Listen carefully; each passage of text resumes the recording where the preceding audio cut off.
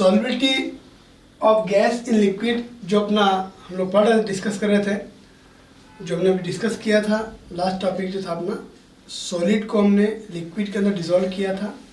अब हम गैस को डिसॉल्व करना चाहते हैं, solubility of gas in liquid, उसको हम लोग डिस्कस करना चाहते हैं। ये हमारे लिए बहुत इंपॉर्टेंट है। गैस को जब हम लिक्विड के अंदर डिसॉल्व करते हैं, जैसे हमने लंग्स के अंदर, फेफड़ों के अंदर हम जब ब्रीथिंग करते हैं, सांस लेते हैं, तो लंग्स के अंदर क्या होता है, O2 डिसॉल्व हो जाती है। O2 क्या होती है, डिसॉल्व हो जाती है ना, क्योंकि ब्लड के अंदर O2 की क्वांटिटी तो हमारे लिए बहुत इंपॉर्टेंट है ना। जैसे कि अस्थमा वगैरह की प्रॉब्लम होती है, आपको पता होगा, उसमें क्या सांस फूल जाती है। सांस फूलने का रीज़न क्या होता है कि ब्लड के अंदर O2 किसी कारणवश जो है कम डिसॉल्व होती है।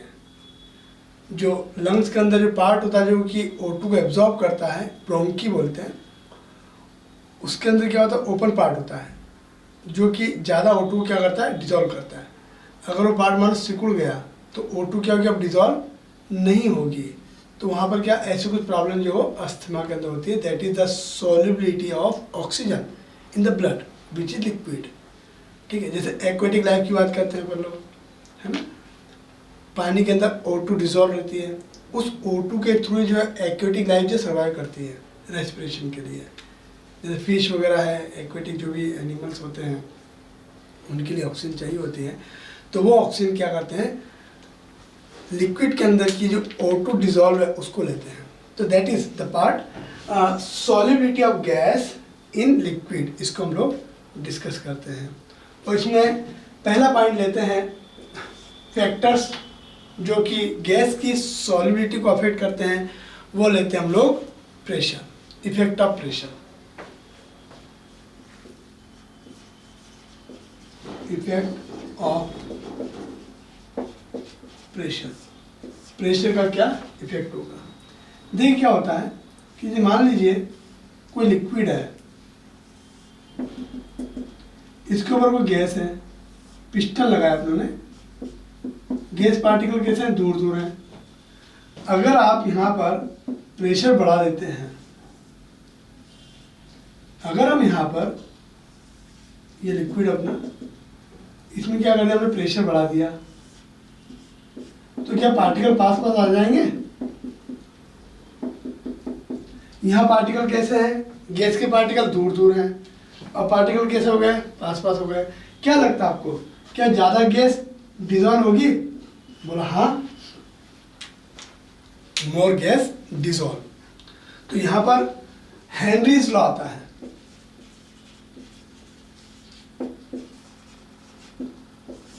साइंटिस्ट हेनरी ने जो है बहुत कुछ स्टडी किया और उन्होंने बताया कि सॉल्युबिलिटी ऑफ गैस,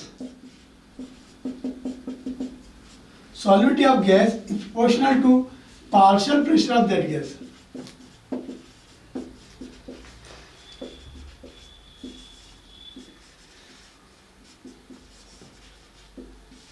किसी भी गैस की अगर सॉल्युबिलिटी देखना है तो उसके पार्शियल प्रेशर, वो गैस कितना प्रेशर लगा रही है उस पर डिपेंड करेगा। मोर the pressure more the solubility.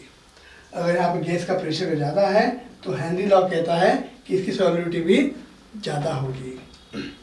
ठीक है, और इसी को जो हम लोग जो है अगर न्यूमेरिकल वैल्यू में अगर हम इसको लेते हैं तो ये बोलता है pressure proportional to the mole fraction of the gas.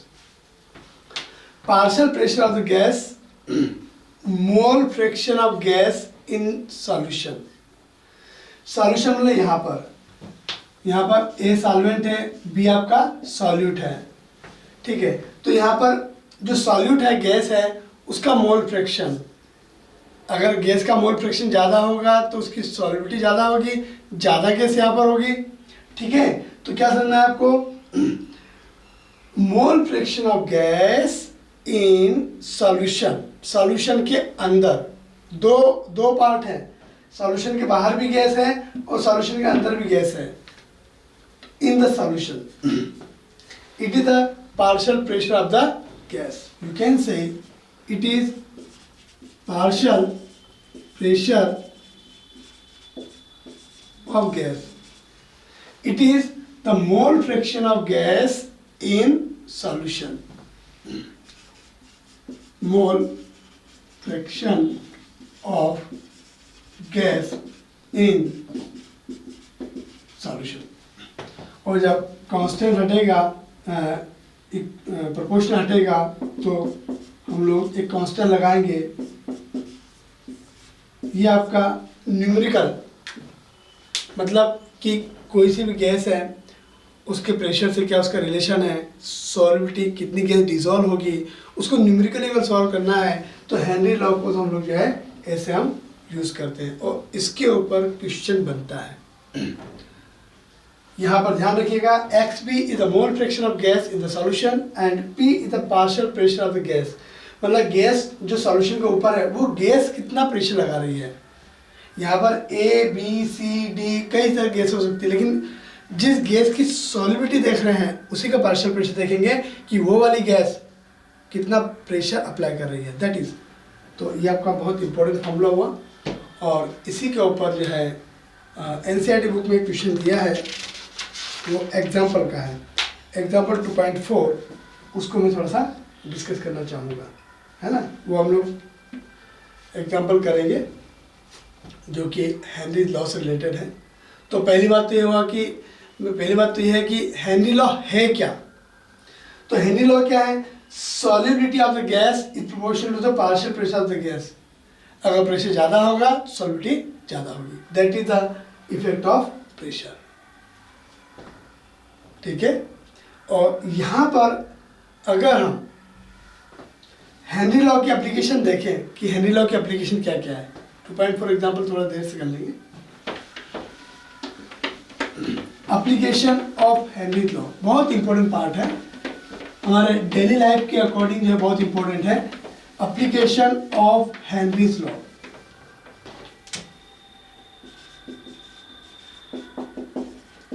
Applications कहाँ कहाँ हेनरी लॉ का जो है यूज होता है। एप्लीकेशंस ऑफ हेनरीज लॉ, ठीक है। हेनरी लॉ की एप्लीकेशंस क्या क्या है, ठीक। तो पहला, inside our lungs in breathing,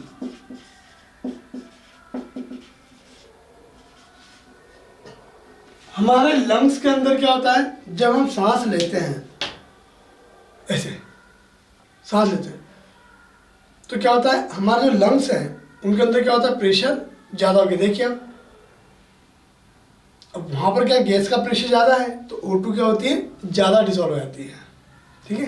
तो यहाँ पर पहला क्या हुआ, in breathing inside our lungs more the pressure of gas, more the pressure of O2, more the solubility of O2।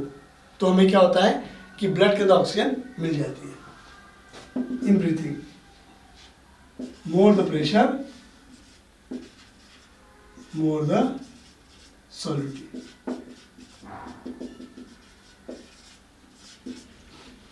Inside our lungs,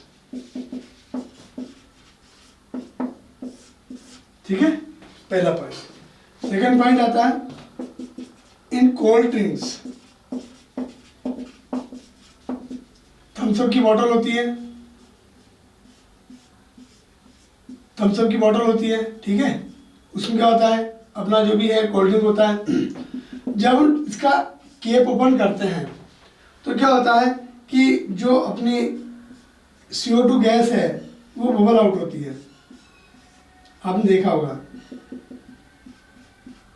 CO2 क्या होती है, बबल आउट होती है जब हम उसका कैप ओपन करते हैं। तो इसमें क्या होता है, CO2 की प्रेजेंस वहाँ पर कोल्ड ड्रिंक्स में ज़रूरी होती है। वो उनका जो है रिसर्च एंड डेवलपमेंट डिपार्टमेंट का पार्ट है, अपना नहीं है। कोल्ड ड्रिंक के अंदर जो है ज़्यादा प्रेशर लगा करके ज़्यादा CO2 को डिजॉल्व रखते हैं। जैसे हम कैप ओपन करते हैं, प्रेशर क्या होता है, कम होता है, CO2 क्या होती है, बबल आउट होती है, बाहर निकल लग जाती है। कैप ओपन किया, CO2 को जाने का रास्ता मिल गया, CO2 का ऊपर का जो प्रेशर कम हो गया, CO2 निकलने लग गई, कंटिन्यू वो निकलती आती है क्योंकि अंदर CO2 ज़्यादा प्रेजेंट है। अब प्रेशर कम हो गया तो क्या होगा, CO2 बाहर निकल जाती है। That is in the cold drink CO2 gas is present in it.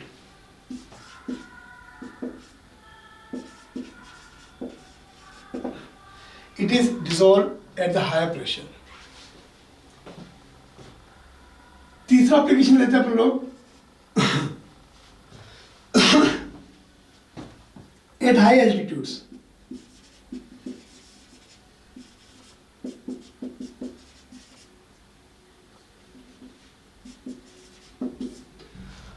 High altitude मतलब हम कहाँ चले गए, पहाड़ के ऊपर चले गए। ठीक है, पहाड़ के ऊपर क्या होता है कि यहाँ पर एटमॉस्फेयर का प्रेशर कम होता है।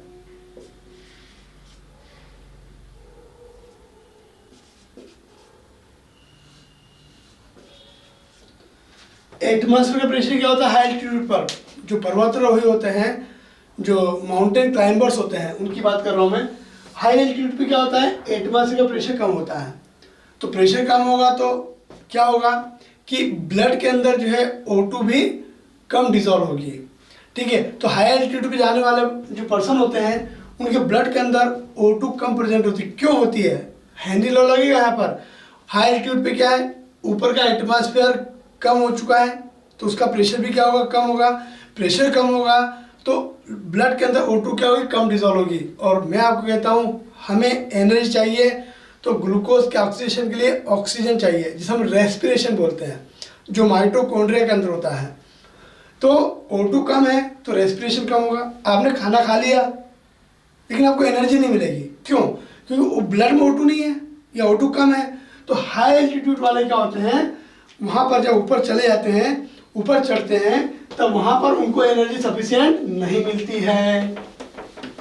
और सफिशिएंट एनर्जी नहीं मिलती है तो वो जो है अपने आप को कमज़ोर महसूस करते हैं, और इतना कमज़ोर, दे फील वीक, कमज़ोर महसूस करते हैं।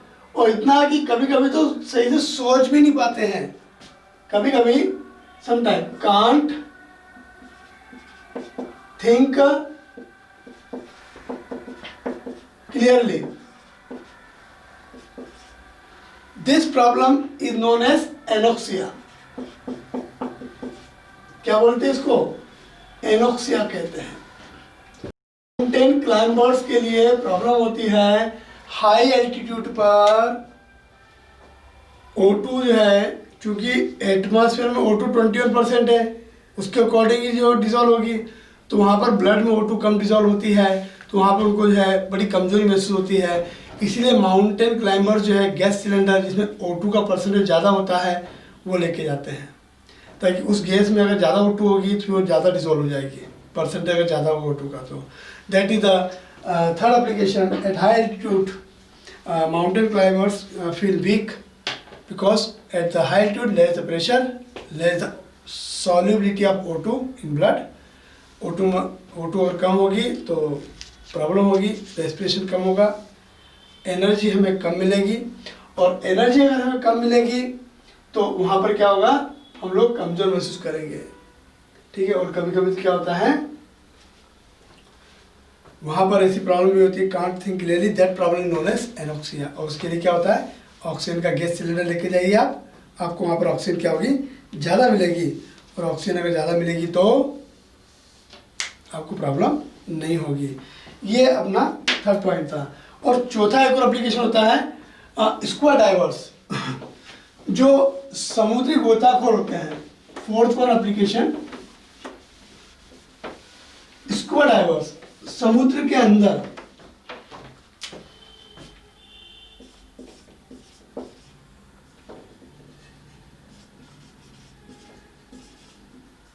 स्कूबा डाइवर्स, समुद्री गोताखोर। समुद्री गोताखोर क्या होते हैं कि वो जैसे समुद्र है, सी है, ठीक है ना, उसके अंदर जाते हैं तो वहां पर क्या होता है, वाटर का प्रेशर बहुत ज्यादा होता है। तो वाटर का प्रेशर ज़्यादा होता है तो ब्लड के अंदर O2 एंड N2 दोनों ही ज़्यादा प्रेजेंट होती है, मोर इन ब्लड। O2 को तो हम लोग यूज कर लेते हैं रेस्पिरेशन में, यूज इन रेस्पिरेशन। O2 को तो हम लोग यूज कर लेते हैं, लेकिन अपने ब्लड के अंदर N2 प्रेजेंट होती है। कौन सी गैस प्रेजेंट होती है? N2। N2 तो रिएक्शन करती नहीं है ना? तो ब्लड के अंदर N2 है। अब जब अंदर अपना काम खत्म करके वो पर्सन बाहर आता है, बाहर आता तो क्या होगा? अब प्रेशर क्या हो गया? कम हो गया। और प्रेशर कम हो गया तो थम्स अप वाली बात हो गई, कोल्ड ड्रिंक वाली बात हो गई। ब्लड के अंदर से क्या होगी? N2 गैस निकलेगी और बबल बनाएगी। आर्टरी और वैन जिसके अंदर ब्लड जो सप्लाई होता है वो बहुत बारीक होती है। ब्लड का सैंपल लेते हैं ना, ब्लड टेस्ट कराने के लिए तो क्या होता है? उंगलियों से दबाते हैं और एक पिन होती है नुकीली, उसको से चुबाते हैं और फिर क्या इसको दबा करके से ब्लड निकालते हैं।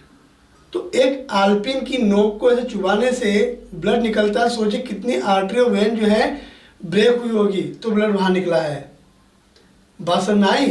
तो हमारे ब्लड बॉडी के अंदर क्या होता है? आर्टरी और वेन में ब्लड सप्लाई होता है और वहाँ पे क्या होगा? बबल बन गया है। किसके? N2 के। तो ब्लड सर्कुलेशन में क्या होता है? प्रॉब्लम हो जाती है। हार्ट कैसे पुश करेगा? वहाँ पर बबल है ना, बबल बीच में बबल है और कैसे आगे बढ़ेंगे? तो बड़ी प्रॉब्लम होती है। पूरे बॉडी में पेन होता है। There is pain in a body, pain in body, और इस प्रॉब्लम को बोलता है bends. That problem is known as bends. अगर व्यक्ति बाहर आएगा, उसकी बॉडी में पेन होगा, दर्द होगा, तो इस प्रॉब्लम को सॉल्व करने के लिए हम लोग जो स्क्वायर डाइवर्स हैं, जो गैस सिलेंडर लेके जाते हैं,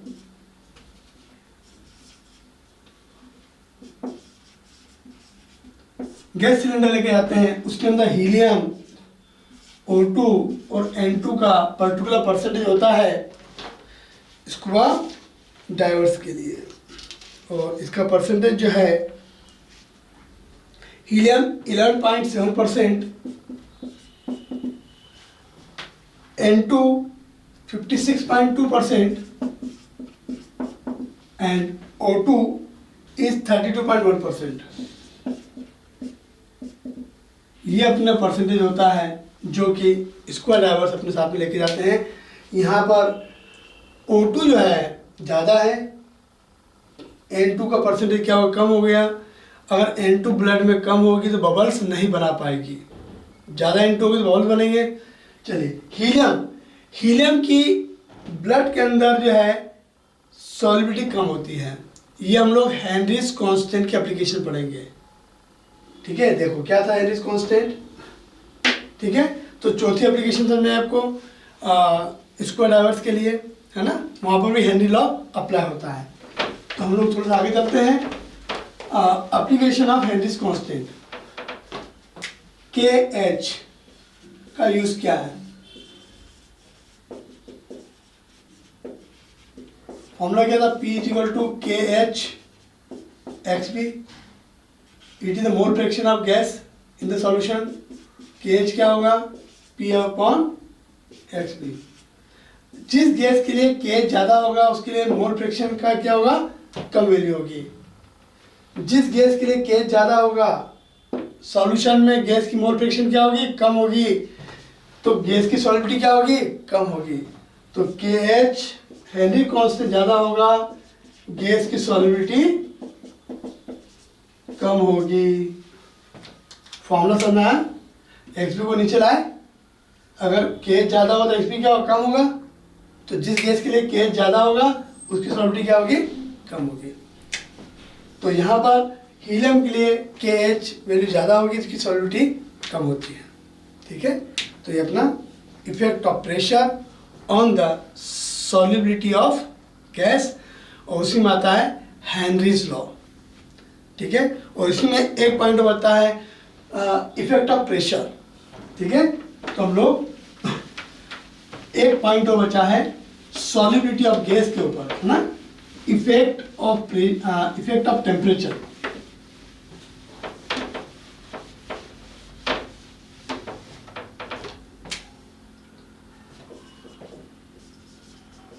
effect of temperature on solidity of gas। ठीक, चलिए डियर स्टूडेंट्स, तो हम लोग जो है इफेक्ट ऑफ टेम्परेचर की बात कर रहे थे कि गैस की सॉल्युबिलिटी के ऊपर टेम्परेचर का क्या इफेक्ट होगा, उसकी बात कर रहे थे हम लोग। तो यहाँ पर मैं कुछ बात बताना चाहूँगा कि जैसे कि पानी जो है बॉईल हो रहा मान लीजिए 100 डिग्री सेल्सियस पर, ठीक है, लेकिन जब हम हीट सप्लाई करते हैं तो पानी बॉईल कंटिन्यू होता रहता है, तो इसका टेम्परेचर कितना रहता है 100 डिग्री। इसका टेम्परेचर नहीं बढ़ता है। क्यों नहीं बढ़ता है? क्योंकि ये लिक्विड है, इसमें पार्टिकल पास होते हैं, इसकी हीट को ये पार्टिकल लेते हैं और वेपराइज हो जाते हैं, लाइक इवेपोरेशन। तो इवेपोरेशन में क्या होता है, हीट एब्जॉर्ब होकर पार्टिकल दूर से जा रहे हैं। यहाँ पे लिक्विड में अट्रैक्शन फोर्स ज़्यादा होता है, इस अट्रैक्शन फोर्स को ब्रेक करने के लिए हीट चाहिए, तो ये पार्टिकल हीट लेकर के दूर दूर होते हैं। तो वेपराइजेशन बोलो या इवेपोरेशन बोलो, ये इंडोथर्मिक प्रोसीजर है। जब पार्टिकल दूर जाते हैं तो इंडोथर्मिक और पास आएंगे तो एक्सोथर्मिक प्रोसीजर होती है। मैंने ये बात यहाँ पे इसलिए बताई क्योंकि ये यहाँ पर अपने यूज आएगी। क्या सर, मैं एक बार फिर रिपीट करता हूँ, वेपराइजेशन या इवेपोरेशन इंडोथर्मिक प्रोसेस है, इंडोथर्मिक। तो कंडेंसेशन क्या होगा, एक्सोथर्मिक। अब यहाँ पर टेम्परेचर की बात कर रहे हैं, अगर हम गैस की सॉल्युबिलिटी की बात करते हैं, गैस को डिसॉल्व कर रहे हैं, तो गैस पार्टिकल क्या थे, दूर दूर थे। अब सॉल्यूशन में आ गए तो पार्टिकल क्या होंगे, पास आ जाएंगे। तो गैस का डिसॉल्व होना क्या हो जाता है, लाइक कंडेंसेशन। गैस का डिसॉल्व होना, गैस का डिसोल्यूशन क्या है, एक्सोथर्मिक है। कंडेंसेशन एक्सोथर्मिक प्रोसेस होती है, इवेपोरेशन इंडोथर्मिक प्रोसेस होती है। इवेपोरेशन इंडोथर्मिक, हीट लेंगे और इवेपोरेट होंगे। Evaporation endothermic, condensation exothermic.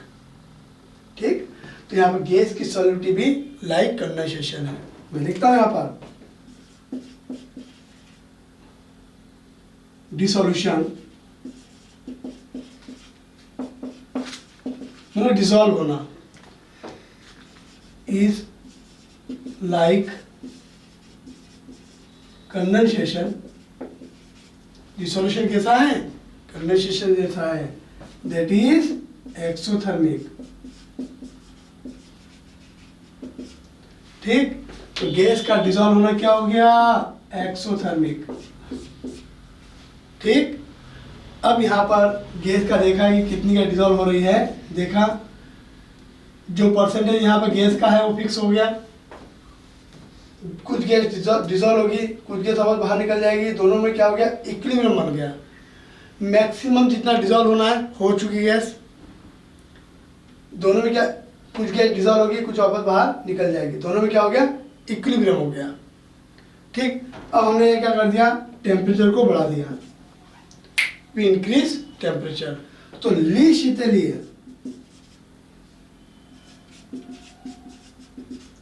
ली शीतलीय प्रिंसिपल क्या कहता है, आप टेम्परेचर बढ़ा रहे हो, हमने क्या किया, टेम्परेचर को इंक्रीज किया है। ली शीतलीय बोलता है इक्विलिब्रियम अपोज करेगा। अपोज करेगा मतलब क्या, वो टेम्परेचर कम करेगा। कम किधर होगा, ये तो एक्सोथर्मिक है, कम किधर होगा, उल्टा, इसमें हीट रिलीज होती है, हीट एब्जॉर्ब इसमें होगी, तो जो गैस डिसॉल्व हो क्या होगी, बाहर निकल जाएगी। और गैस अगर बाहर निकल गई तो क्या होगा, सॉल्युबिलिटी क्या हो गई, कम हो जाएगी। आपने टेम्परेचर बढ़ाया, इक्विलिब्रियम अपोज करेगा, इक्विलिब्रियम क्या करेगा, अपोज करेगा, वो टेम्परेचर कम करने की कोशिश करेगा। कम किधर होगा, इवेपोरेशन। इंडोथर्मिक किधर होता है, इवेपोरेशन। तो गैस जो डिसॉल्व है वो क्या होगी, बाहर निकल जाएगी, गैस की सॉल्युबिलिटी कम हो जाएगी। और यही रीज़न है कि गर्मी के दिनों में तालाब में मछलियां मर जाती है। गर्मी के दिन होते हैं, तालाब का पानी गर्म होता है, O2 जो डिसॉल्व है वो क्या होती है, बाहर निकल जाती है। अब O2 क्या हो गई, बाहर निकल गई, O2 डिसॉल्व से बाहर निकल गई, पानी में O2 कम है, मछलियों को सांस लेने में दिक्कत आएगी, और अगर बहुत ज़्यादा कम होगी तो मछलियाँ मर जाएगी। तो यहाँ पर that is when temperature increase, solubility of gas decrease. ठीक है बेटा, तो ये अपना यहाँ पर सॉलिडिटी का जो है टॉपिक कंप्लीट होता है। चलिए एग्जाम्पल नंबर 2.4 अपना थोड़ा रह गया था। तो क्वेश्चन ये है कि N2 gas is passed at 0.987 bar pressure. इतने बार प्रेशर पर हम जो है N2 गैस को कर रहे हैं, पास कर रहे हैं अंदर, ठीक है। चलिए हेनरीज कांस्टेंट दे रखा है, तो बोला what millimole of N2 present in 1 litre of water.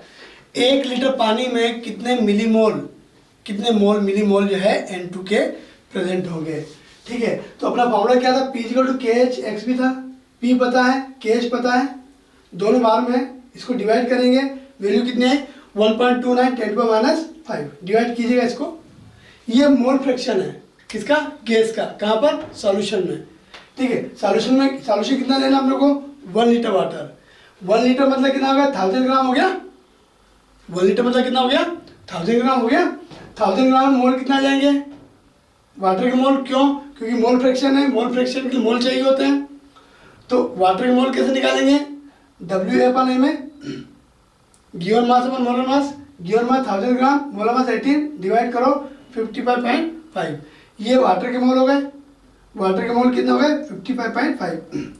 अपने को गैस के मोल निकालना है और मोल फ्रैक्शन पता है 1.29 10⁻⁵, ठीक। ये 55 और NB, चूंकि गैस के मोल बहुत कम है तो इन दोनों के प्लस में इसको माइनस छोड़ देंगे। लिमिट दोनों के प्लस में केवल 55.5 ले लीजिए, क्योंकि ये नेग्लाइजिबल है, इसको नेग्लेक्ट कर देंगे।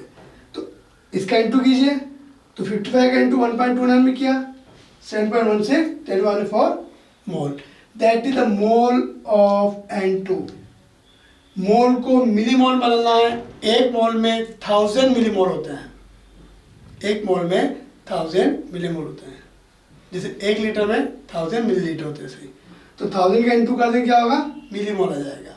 ये मोल थे, ये मिलीमोल। 10⁻⁴ है, 3 का इंटू करेंगे -1 पावर बचेगी, -1 पावर का इंटू यहाँ करेंगे तो 0.716 मिलीमोल ऑफ N2, ओके।